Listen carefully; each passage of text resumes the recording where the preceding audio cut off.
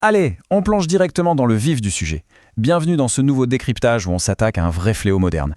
On va pas se mentir, aujourd'hui, réussir à lire un article en entier ou à bosser 1 heure sans être interrompu par une vibration, une sonnerie ou juste une pensée qui traverse l'esprit, c'est devenu un véritable exploit. Et c'est exactement pour ça qu'on se penche aujourd'hui sur les travaux fascinants du psychologue cognitif Finn Madlock. Dans son approche, il explique un truc super libérateur. L'attention, ce n'est pas un don magique que certains auraient et pas d'autres. Pas du tout. C'est un muscle, une mécanique qu'on peut littéralement entraîner pour reprendre le contrôle de notre propre esprit et de notre temps. Alors accrochons-nous parce que cette statistique est juste dingue. 9 secondes. C'est la durée d'attention moyenne d'un poisson rouge. Et nous, les humains modernes, on est tombé à 8 secondes. 8! On est littéralement derrière le poisson rouge. C'est fou, non? Mais attention, ce n'est pas un banal accident ou une sorte de fatalité évolutive. C'est de l'ingénierie pure et dure. Les créateurs de nos plateformes numériques, des réseaux sociaux aux jeux vidéo, conçoivent tout ça délibérément pour pirater notre attention. Ils utilisent des récompenses variables, le fameux défilement infini, bref, des algorithmes ultra puissants basés sur les mécanismes de l'addiction. En clair, l'environnement numérique est conçu pour détruire notre concentration naturelle. Et ça donne exactement cette sensation d'épuisement mental qu'on connaît tous. Imaginons notre cerveau comme un navigateur web avec 50 onglets ouverts en même temps, mais où absolument rien ne charge. C'est la métaphore parfaite. Entre les notifications qui pleuvent, les emails et les 10 000 tâches lancées en parallèle, on finit avec ce gros brouillard mental en plein milieu de l'après-midi. Cette sensation d'être épuisé alors qu'au fond, on a l'impression de n'avoir rien accompli de concret de la journée. Quand le moteur tourne dans le vide comme ça et que l'esprit sature, il n'y a pas le choix. Il faut un vrai redémarrage complet du système.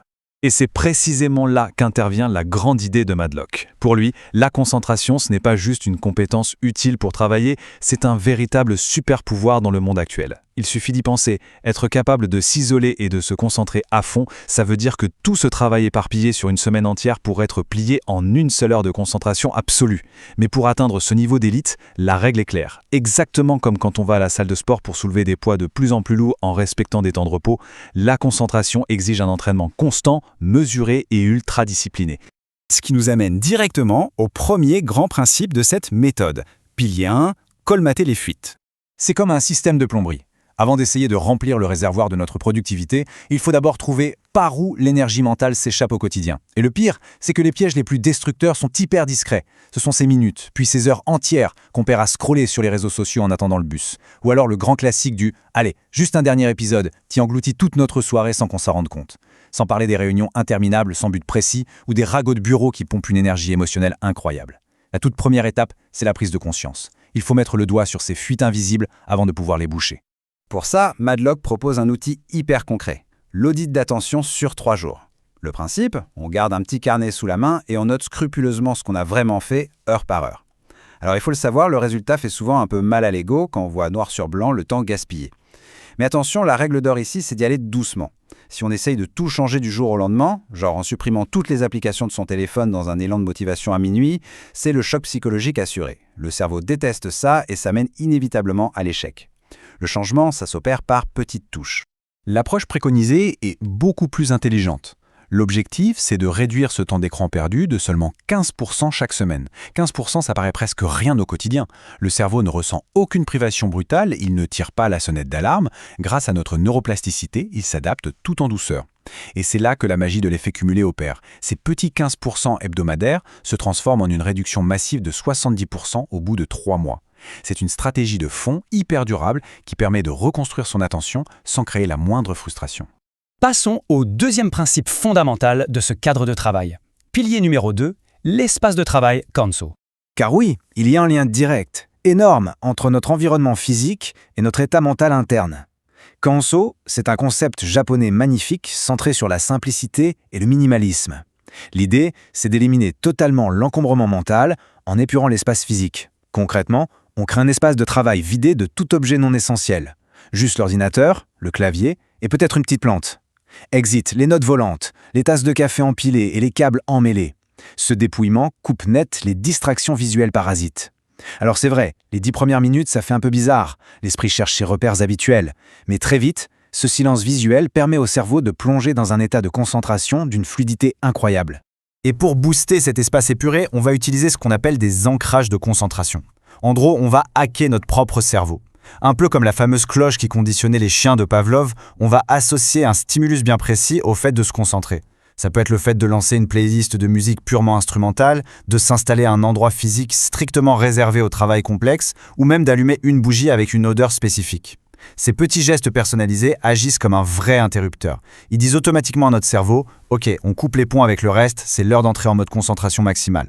Ce qui nous mène au troisième et dernier point clé de la méthode. Pilier 3, le marathon mental. Parce que l'endurance cognitive, on l'a dit, c'est un sport de fond. La progression doit être méthodique et implacable. Il faut commencer petit pour ne pas s'épuiser d'entrée de jeu. Le premier jour, on vise juste des petites sessions de 15 minutes de travail pur. Ensuite, en semaine 2, on peut passer à la fameuse technique Pomodoro, 25 minutes de travail absolu pour 5 minutes de pause. Et ce n'est qu'après 3 mois d'entraînement régulier qu'on peut enfin espérer atteindre le Graal, 2 heures de travail totalement ininterrompu. C'est justement en respectant strictement ces intervalles qu'on protège l'esprit contre la surchauffe. Et d'ailleurs, parlons de ces moments de pause, parce qu'ils sont cruciaux. Il y a une différence majeure, vitale même, entre une vraie pause et une fausse pause. Une vraie pause, c'est fait pour se ressourcer, marcher quelques minutes, s'étirer, boire un grand verre d'eau, ou juste respirer profondément en regardant par la fenêtre. La fausse pause, c'est celle qui détruit la productivité. Attraper son téléphone par réflexe pour scroller ou vérifier ses notifications. Sauf que, scientifiquement, fixer un écran pendant sa pause empêche complètement notre cortex visuel et nos récepteurs de dopamine de se réinitialiser. En privilégiant un vrai repos en pleine conscience, on évite l'épuisement professionnel et on peut augmenter la productivité globale de 40%, tout simplement parce qu'on a laissé le cerveau s'arrêter pour de vrai. Et si cet entraînement quotidien semble un peu laborieux, il suffit de garder ce chiffre en tête, 37. Il révèle à lui seul la puissance mathématique de l'effet cumulé. Améliorer sa concentration d'à peine 1% par jour, sur le moment, c'est quasiment invisible. Ça paraît ridicule. Mais si on maintient ce tout petit effort quotidien, à la fin d'une seule année, notre efficacité est multipliée par 37. C'est le triomphe absolu de la régularité silencieuse sur l'intensité à court terme. Maintenant qu'on a la théorie, voyons comment tout ça prend vie dans le monde réel, avec des résultats concrets. Place à la preuve et à la pratique. Pour montrer l'efficacité redoutable de ce système, l'auteur partage une anecdote fascinante. C'est l'histoire d'un étudiant à l'université qui était vraiment dans une situation catastrophique. Retards accumulés, incapacité totale à se plonger dans ses révisions, il était au bord de l'abandon. Il a alors décidé d'appliquer ses règles exactes avec une rigueur militaire. Il s'est exilé dans une bibliothèque lointaine en laissant carrément son téléphone dans son appartement. Il a utilisé les courtes sessions Pomodoro pour découper sa montagne de travail et il a banni sans pitié la moindre tentative de multitâche. Le résultat, ce même étudiant en échec total est devenu le majeur de sa promotion en seulement 6 mois. Une preuve spectaculaire que cette approche fonctionne vraiment. Alors voilà le défi très concret qu'on peut tous tester aujourd'hui même, la tâche unique. Le principe est hyper simple mais super puissant. On sélectionne une seule et unique activité importante. Ensuite, on met tous nos appareils électroniques en silencieux total, idéalement dans une autre pièce, et on travaille pendant 60 minutes d'affilée sans aucune déviation possible. Et la clé de voûte de cet exercice, c'est ce qui se passe à la toute fin. On s'offre une vraie récompense, saine, de 10 minutes. Une collation savoureuse, une marche au soleil. C'est psychologiquement vital. Notre cerveau marche fondamentalement à la récompense. Il a désespérément besoin de ce shoot de dopamine positive à la fin du cycle pour avoir envie de répéter ce comportement vertueux le lendemain et en créer définitivement l'habitude. On arrive à la conclusion de ce décryptage avec une métaphore puissante qui invite à une vraie introspection. Imaginons que l'esprit humain est un magnifique navire. Le monde moderne, avec sa vitesse folle et ses sollicitations permanentes, c'est ce vaste océan agité par des tempêtes de distraction.